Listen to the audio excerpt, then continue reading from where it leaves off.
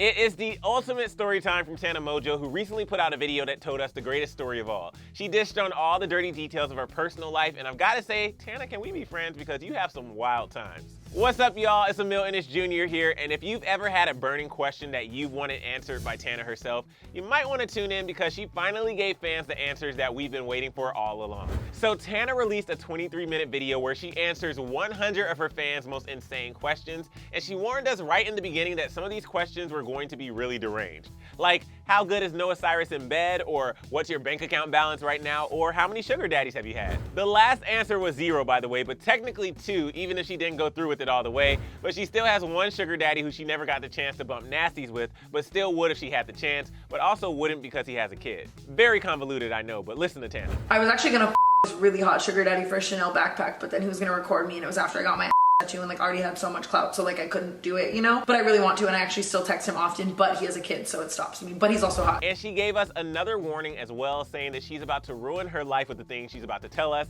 And if we didn't heed her first warning, we knew that she was about to deliver on this promise because some of these answers were especially juicy. And though the video seems simple and quick enough, it actually took months of preparation from Tana. She first teased the video on Twitter back in September when she tweeted, "Ask me the juiciest questions you can right now." And her fans came through. I know 23 minutes doesn't seem like a long time to answer 100 questions. That's basically more than 4 answers a minute. And some of these questions take long, detailed answers, but she made it work with help from her friend Amari, who did one of these videos of his own the day after Tana posted hers. Tana's own video started off strong with the first question being, what are all of your friends' worst personality traits? And Tana went right into it saying examples like, Amari doesn't love me as much as I love him. Now, she didn't mention Jake, but don't worry, she gets to Jake later on in the video. Like almost immediately after with the question, what would you say to people who think you're too young to be married? She agreed by saying, you're right. She also gets into her relationship with ex-girlfriend Bella Thorne, saying that things between the two of them are, quote, really, really good. But there's a catch.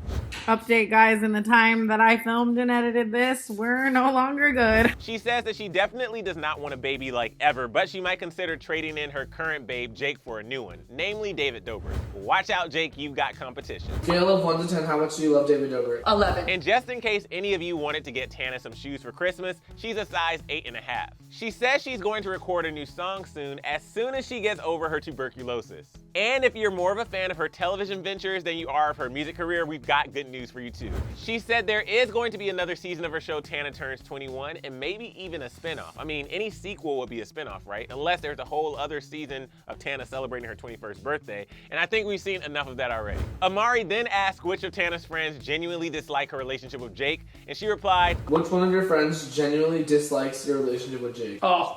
What kind? And without really getting into that bombshell more, they move on to other questions about Jake. Turns out she actually did confront him about his encounter with Erica Castell after their supposed lunch rendezvous a few months back, and when she says that she actually does love him, I believe her. I felt like he was broken in a way that like a lot of people didn't notice, and I had a soft spot for it. I don't know, I'm a fixer. But when someone brought up if she would ever become exclusive with Jake, she said that probably isn't in the cards.